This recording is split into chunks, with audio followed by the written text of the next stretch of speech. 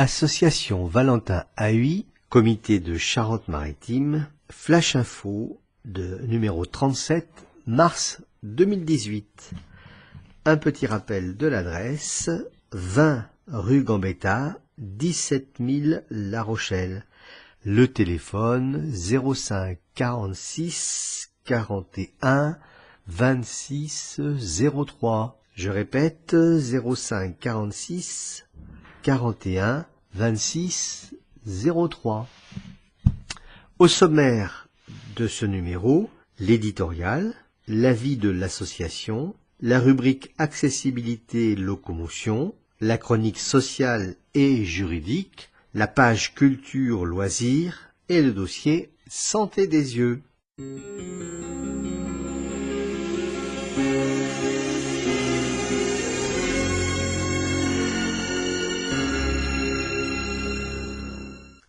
L'édito. L'AVH 17 se met à la page.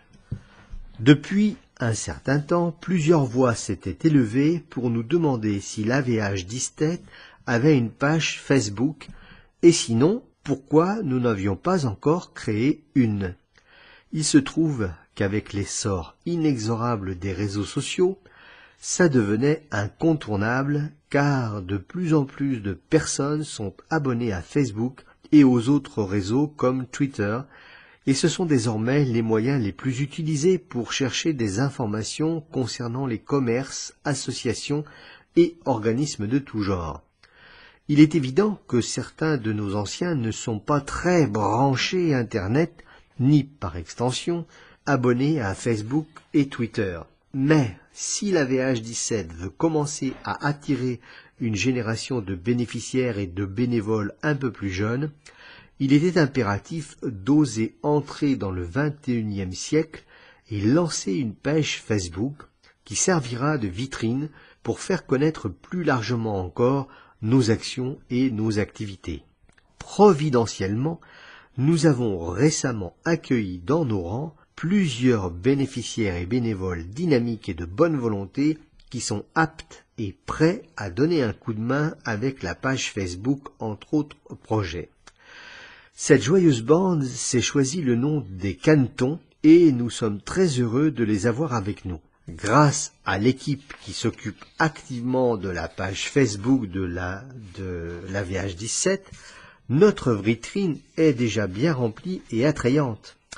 Ceux d'entre vous qui le souhaitent peuvent désormais trouver notre page Facebook par ce lien www.facebook.com/avh17. Je répète et j'épelle www.facebook.com/AVH17. Mais les autres formes de communication utilisées dans notre association gardent toujours leur pertinence et leur rôle pour mieux faire connaître et mieux intégrer notre association dans le monde qui nous entoure. Serge Lacotte, président du comité AVH 17.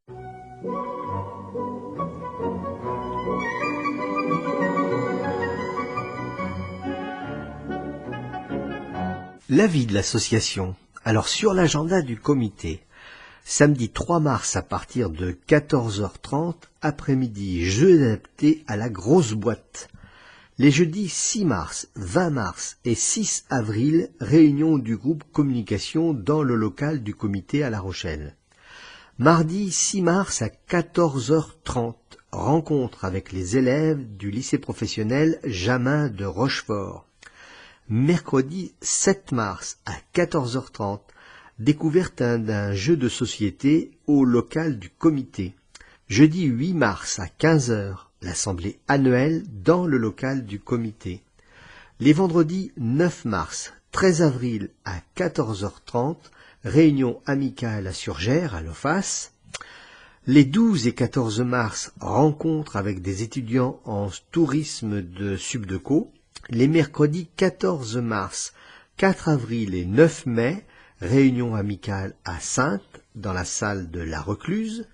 Le jeudi 15 mars à 18h30, soirée papotage des canetons dans le local du comité.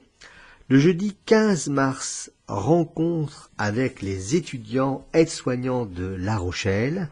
Les mercredis 21 mars, 25 avril, 16 mai à 14h30, réunion amicale à Tonnay-Charente au centre Richard, salle 1. Les jeudis 22 mars, 26 avril et 24 mai à 14h30, atelier mémoire dans le local du comité.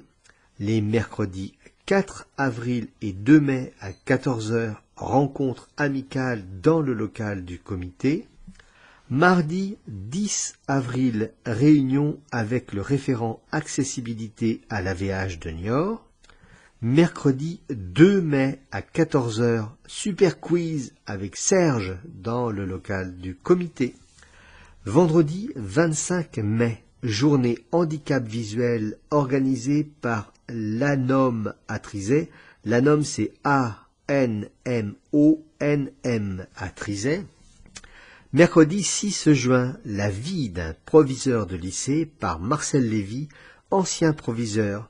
Et tous les jeudis à 10h30, l'atelier de conversation anglaise dans le local du comité.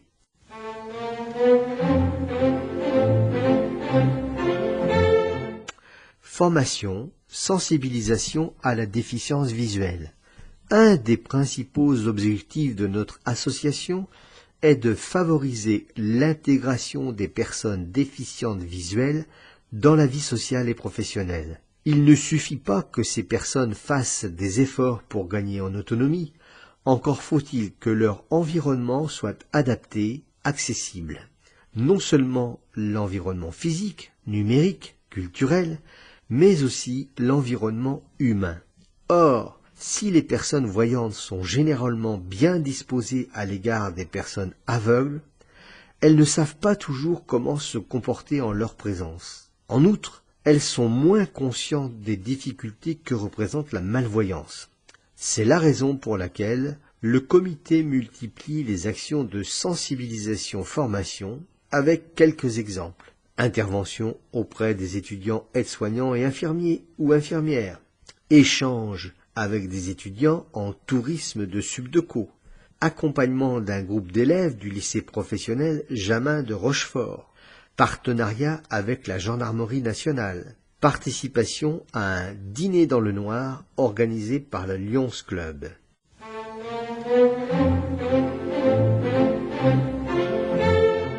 Les canetons.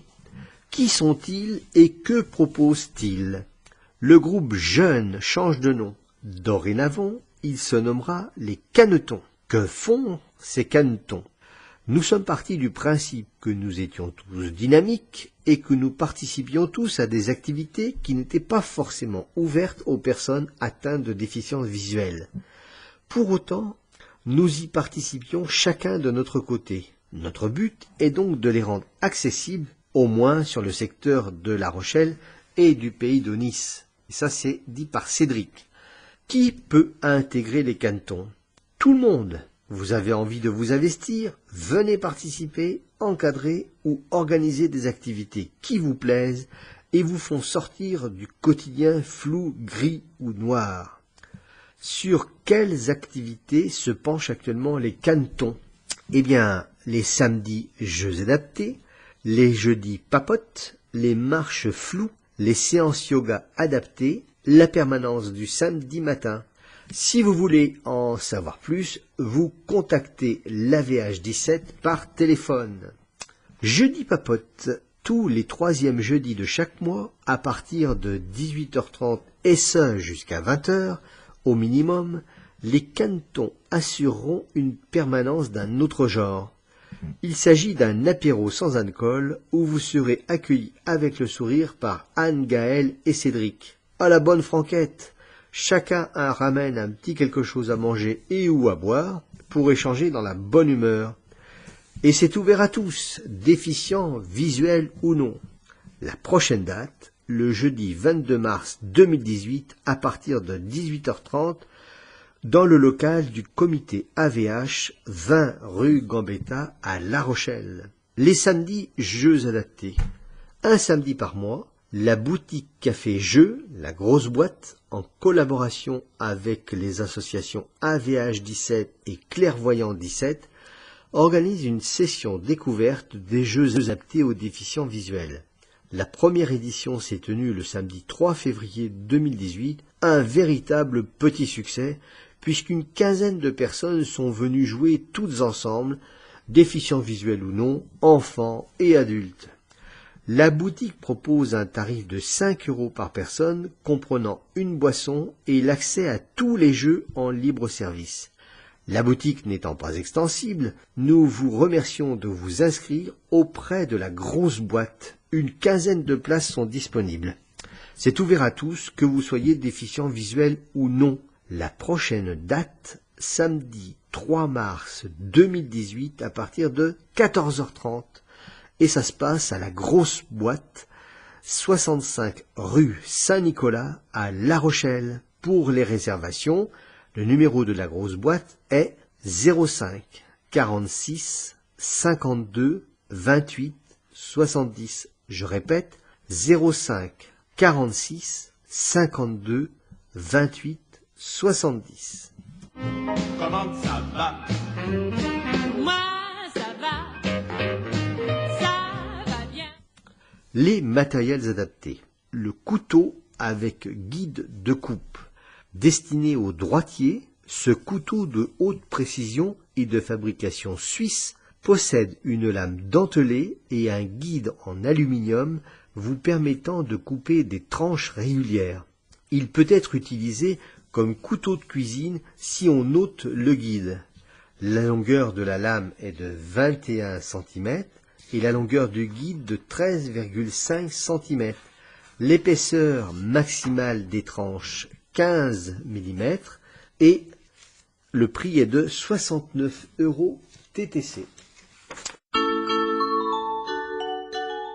Le séparateur jaune d'œuf en plastique. Ce séparateur œuf en plastique blanc vous permettra de dissocier le blanc du jaune. Le blanc s'échappe par les fentes, tandis que le jaune reste dans le creux au fond de l'ustensile. Son prix est de 8,90 €. La balance de cuisine parlante Vox 2. Design sobre, moderne et simple d'utilisation. Composée d'un socle stable et d'un plateau en inox, elle présente sur sa face avant 4 grosses touches noires qui correspondent de gauche à droite à Tar, Mode, Off et On. Au-dessus de ces touches, un écran rétroéclairé permet aux personnes malvoyantes de voir l'affichage en gros caractères. L'alimentation se fait par 4 piles de 1,5 V LR06 qui sont fournies. La garantie est de 1 an et le prix est de 49 € TTC. L'étiqueteur vocal Penny Talk. Présentant une forme de gros stylo, il permet d'étiqueter tous les objets de votre quotidien tels que des CD et leurs boîtiers, des vêtements, des médicaments ou des boîtes de conserve. Fourni avec 160 étiquettes tactiles autocollantes et 72 étiquettes autocollantes souples pour les vêtements, pouvant être lavés et passés au sèche-linge. L'alimentation se fait avec 2 piles de type AAAA 1,5 V fournies. La garantie est de 1 an et le prix de 129 €.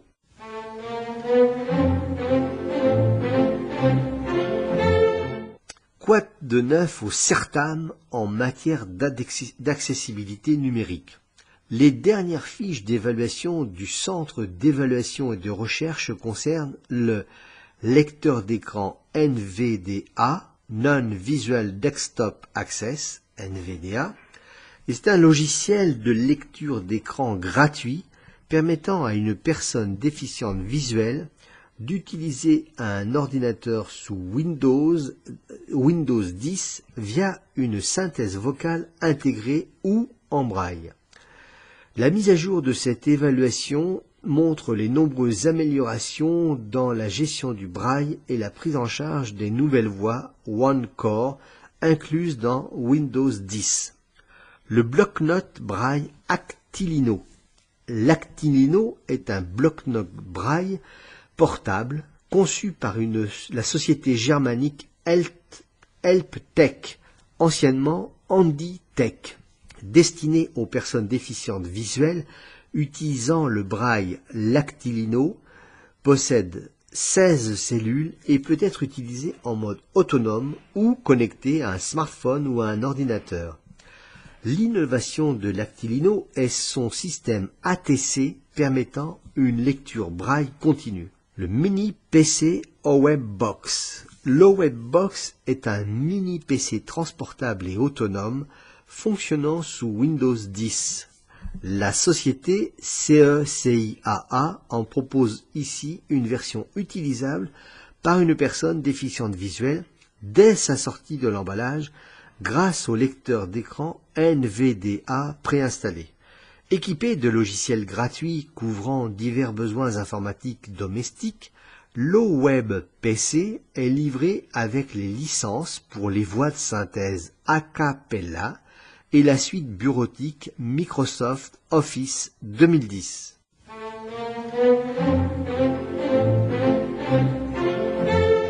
L'AVH présente à la journée du handicap visuel à Trizay. L'association des membres de l'Ordre national du mérite organise un après-midi de sensibilisation à la déficience visuelle le vendredi 25 mai à l'abbaye de Trizay. Notre comité y participera aux côtés d'autres partenaires.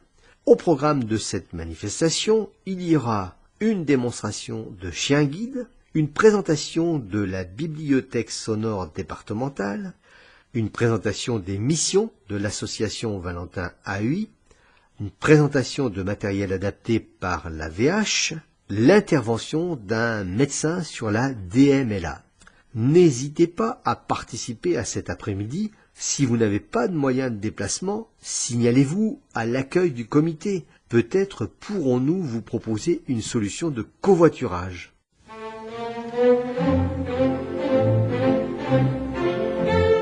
Le chemin en duo suite, après les étapes Tours-Poitiers en 2014, puis Poitiers-Saintes en 2016, la 3e édition du chemin en duo organisée par le siège de notre association en partenariat avec Frédéric Malakoff aura lieu cette année du 24 au 29 septembre 2018. Cette belle aventure sportive, humaine et solidaire est ouverte à 50 binômes voyants, non-voyants. 3 couples de Charente-Maritime ont participé aux précédentes éditions. Ils en gardent de bons souvenirs et sont prêts à reprendre la route. Si vous souhaitez en savoir davantage, signalez-vous à l'accueil du comité. Nous vous ferons parvenir, le moment venu, toutes les informations nécessaires à une éventuelle inscription.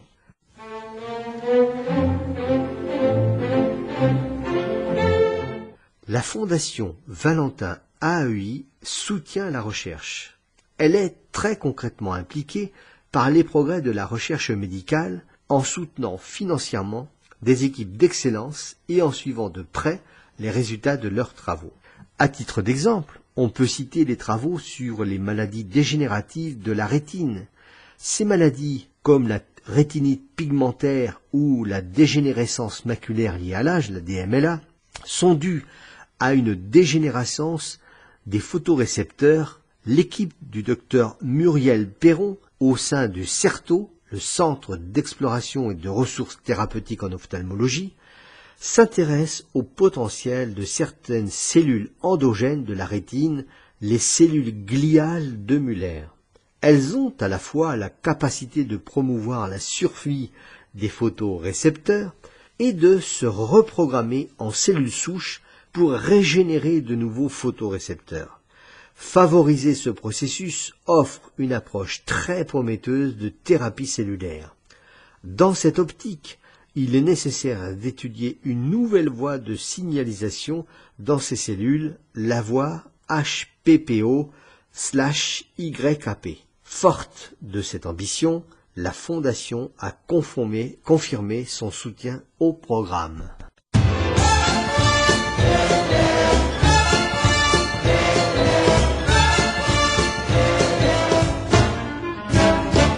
Accessibilité, locomotion. L'accessibilité n'est pas une option. Force est de constater qu'on est loin, bien loin d'une accessibilité à 100% prévue par la loi de février 2005. Par la force des choses, le législateur a mis en place un délai supplémentaire avec des agendas d'accessibilité programmés, entre parenthèses ADAP, qui peuvent s'étaler jusqu'à 9 ans pour les situations les plus complexes. Comme les pénalités financières ne semblent pas être suffisamment contraignantes, les acteurs du monde du handicap comptent de manière plus positive sur l'innovation portée par les établissements. Le groupe SOS et le réseau UP Pro ont ainsi mis l'accent lors d'une table ronde sur les projets d'accessibilité innovants portés dans les secteurs de la culture, du tourisme et des loisirs. Car l'accessibilité n'est pas une option. C'est une nécessité pour les 6 millions de personnes handicapées qui participent pleinement à la vie de la cité. Puisque les contraintes réglementaires et les amendes ne sont pas suffisantes, nous comptons désormais sur la sensibilisation et sur l'innovation pour renforcer l'accessibilité, comme l'a martelé Karine Revert, directrice du Comité national coordination action handicap, le CCAH. Information dont la source est la Gazette Santé Sociale.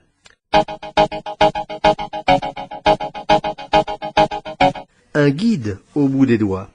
C'est ainsi que la société Andisco présente son boîtier Sherpa qui se fixe sur la poignée de la canne de locomotion ou du harnais du chien guide pour faciliter les déplacements de la personne déficiente visuelle. Ce boîtier permet à son utilisateur d'une part de se repérer en ville en vous indiquant l'adresse où vous vous trouvez et les points de repère à proximité, d'autre part de se laisser guider vers la destination de son choix, enfin de déclencher automatiquement les balises sonores.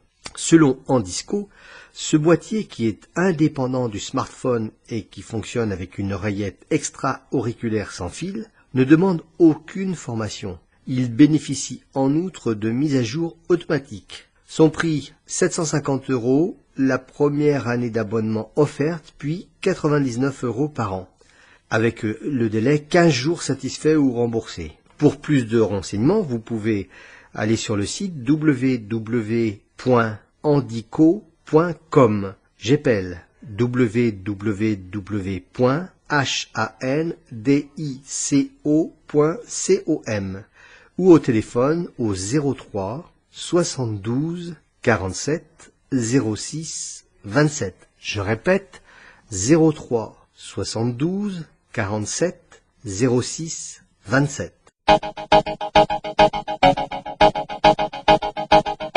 Chien guide. Une nouvelle fois, un chauffeur de taxi de La Rochelle a refusé de prendre dans son véhicule l'un de nos amis aveugles parce qu'il était accompagné de son chien guide. C'est un comportement inadmissible qu'il convient de dénoncer haut et fort. Rappelons que le chien guide a le droit d'entrer sans muselière dans les transports, bus, taxis, les lieux publics, les locaux ouverts au public, y compris les magasins alimentaires, les locaux de travail, de formation ou d'éducation, sans que leur présence n'entraîne aucune facturation supplémentaire. Refuser l'accès à un lieu ouvert au public ou à un type de transport constitue un délit sanctionnable par une amende allant de 150 à 450 €. Merci de le faire savoir autour de vous.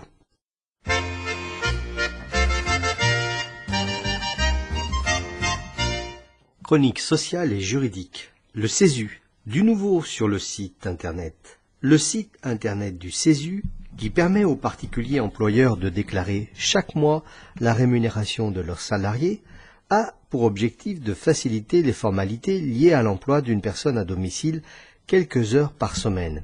Éditer une fiche de paye, par exemple. Depuis le 17 octobre 2017, découvrez la nouvelle version du site internet du CESU avec d'abord une accessibilité totale via le smartphone ou la tablette, ensuite la création de nouvelles fonctionnalités comme un simulateur de coûts pour les charges à verser, la grille des salaires minima en fonction de l'activité professionnelle, le calendrier indiquant notamment la date de mise à disposition du bulletin de salaire et de l'avis de prélèvement, la possibilité de pré-remplir ces déclarations si le nombre d'heures effectuées et la rémunération mensuelle restent identiques, par exemple. À noter, près de 2 millions de particuliers employeurs utilisent le site du CESU pour déclarer chaque mois leurs salariés. Néanmoins, il est toujours possible d'utiliser la version papier. Source de cet article, servicepublic.fr. Guide d'accès à l'emploi des jeunes handicapés. Pour aider les jeunes handicapés à mieux s'insérer sur le marché du travail, le guide Jeunes handicapés, comment trouver un emploi répond à 31 questions concrètes allant de la reconnaissance du statut de travailleur handicapé à la création d'entreprise. À titre d'exemple, quel rôle Pôle emploi joue-t-il pour les travailleurs handicapés? Comment effectuer un stage étudiant en milieu professionnel? Quelles sont les obligations des employeurs? Qu'est le principe de non-discrimination à l'embauche? Etc. Ce guide inédit, qui s'inscrit dans la collection Les indispensables jeunes, offre un contenu pratique aux jeunes handicapés afin qu'ils connaissent mieux leurs droits, les acteurs qui peuvent les aider et les spécificités propres au secteur public et privé.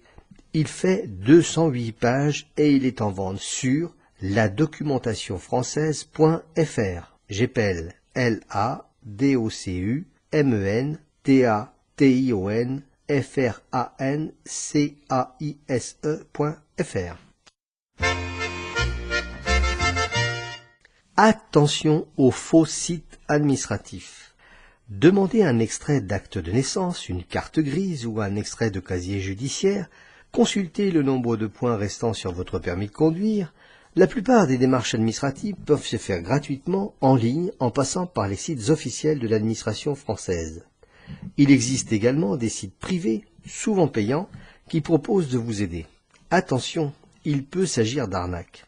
La Direction générale de la concurrence, de la consommation et de la répression des fraudes, la DGCCRF, rappelle aux consommateurs d'être attentifs vis-à-vis de certains sites commerciaux qui essaient de les tromper en prenant l'apparence d'un site officiel avec l'usage du drapeau bleu-blanc-rouge, de la Marianne ou la référence à des ministères. Les sites officiels de l'administration se terminent par gouv.fr ou .fr et non pas par gouv.org ou gouv.com. Par ailleurs, un site web en .fr n'est pas obligatoirement un site officiel. La société gérant ce site n'étant pas non plus forcément basée sur le territoire national. L'information de cet article a comme source Information Premier ministre. Le chèque énergie. Le chèque énergie remplace depuis le 1er janvier 2018 les tarifs sociaux de gaz et d'électricité. Ce n'est qu'à partir du 26 mars 2018 que les foyers bénéficiaires pourront l'obtenir. C'est en effet ce que vient de préciser le ministère de la Transition écologique et solidaire dans un communiqué du 5 janvier 2018. Environ 4 millions de ménages seront éligibles à ce chèque dont le montant moyen devrait s'élever à 150 €, entre 48 € et 227 € en fonction du niveau de revenu et de la composition du ménage.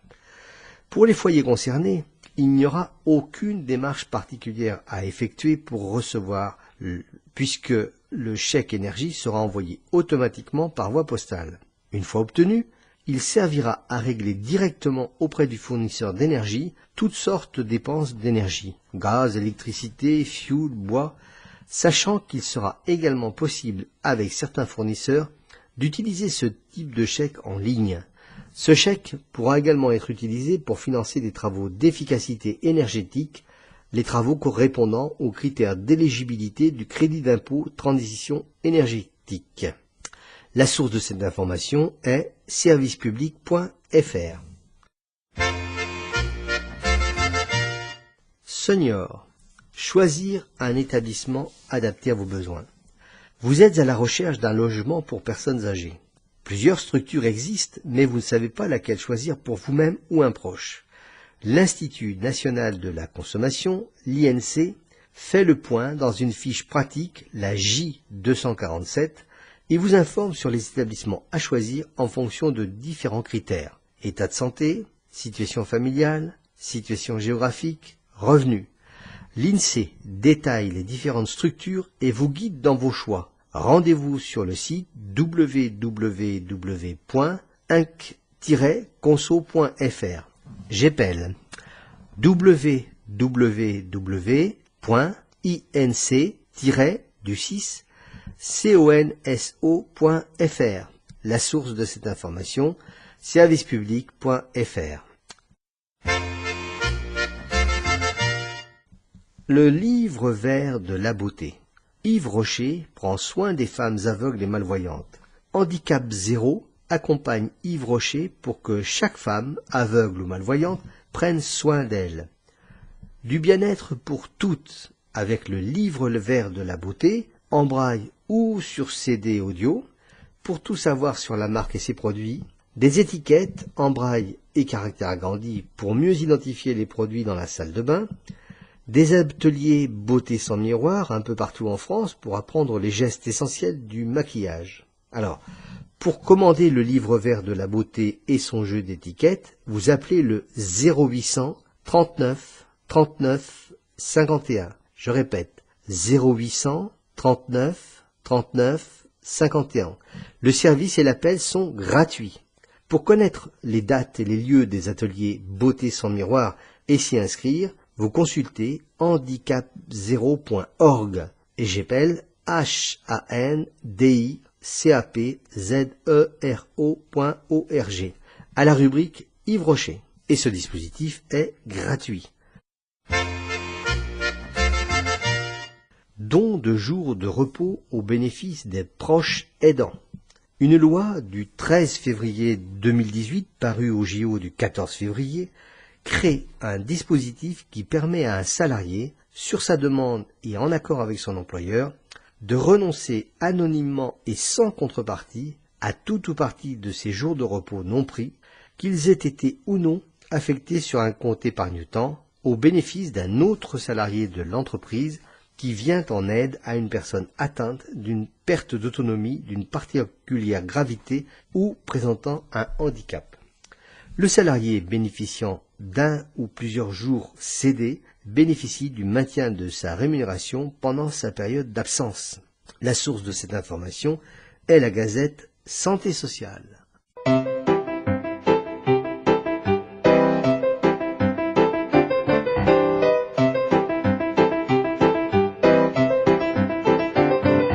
La page Culture Loisirs, 100 ans du livre de l'aveugle. C'est le thème choisi par le livre de l'aveugle qui, à l'occasion de ses 100 ans, s'est résolument tourné vers les 100 ans à venir. En novembre dernier, l'association qui produit l'ensemble des manuels scolaires en braille rassemblait à l'INJA, bon nombre d'acteurs de la déficience visuelle.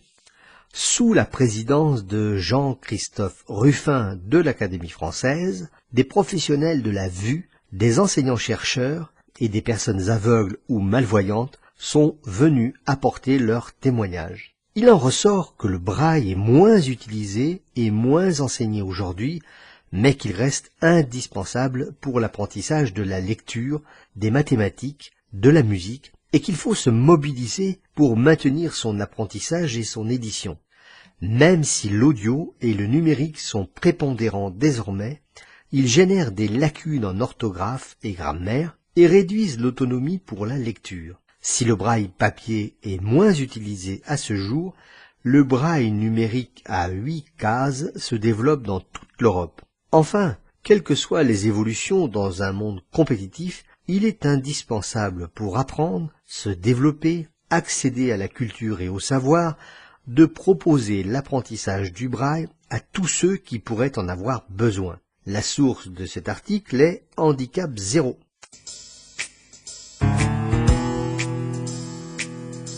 Au programme des musées d'art et d'histoire de La Rochelle, l'exposition La Rochelle, quel chantier aborde différentes facettes du passé de la cité.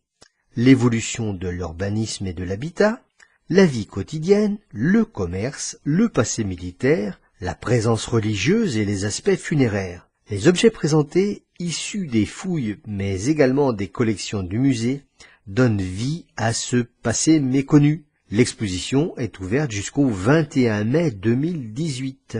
Les dimanches au musée. Le 11 mars à 15h, un monde créole. Une visite organisée de l'exposition par Éric Noël, co-commissaire de l'exposition, sous réserve, et Annick Noté, conservatrice. Le 18 mars à 15h, à la découverte des toiles, la visite guidée des œuvres de l'accrochage numéro 11 par les élèves du lycée d'Autey sous la direction de Philippe Nicolaon. Le 25 mars à 15h, Pirates des Caraïbes et l'île de la Tortue. Une visite ludique et chasse au trésor par Alain Robert, conférencier.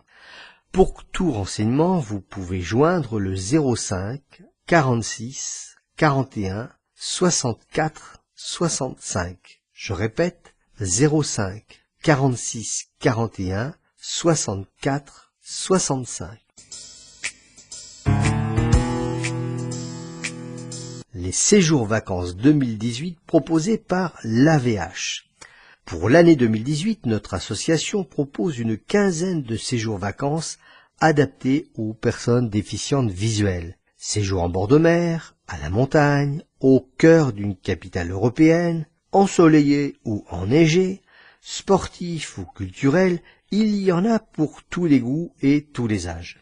Retrouvez l'ensemble du programme pour l'année à venir en consultant le catalogue disponible auprès du comité. Il peut vous être envoyé sur demande.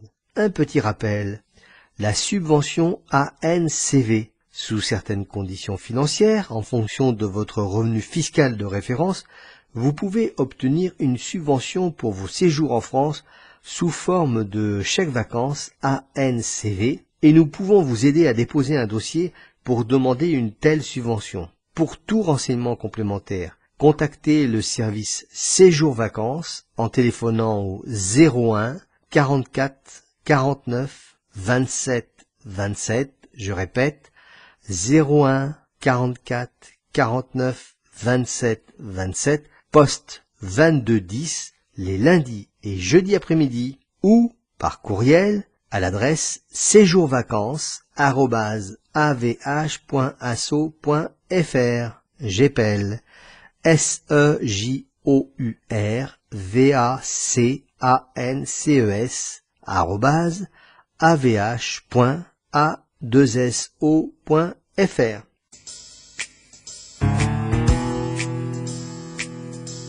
Visite du grand port maritime de La Rochelle. La ville de La Rochelle organise périodiquement des visites en car du port maritime. Des places sont disponibles le jeudi 12 octobre 2018 à 14h. Comme une inscription préalable auprès de la mairie de Lalleux est obligatoire, les bénévoles et bénéficiaires intéressés sont invités à se manifester dès maintenant auprès de l'accueil du comité et au plus tard, avant le 31 mai 2018. Il n'y aura pas nécessairement de place pour tout le monde, car cette visite n'est pas réservée à notre seul comité. Chaque visiteur devra fournir, outre son nom et son prénom, sa date et son lieu de naissance et un numéro de téléphone.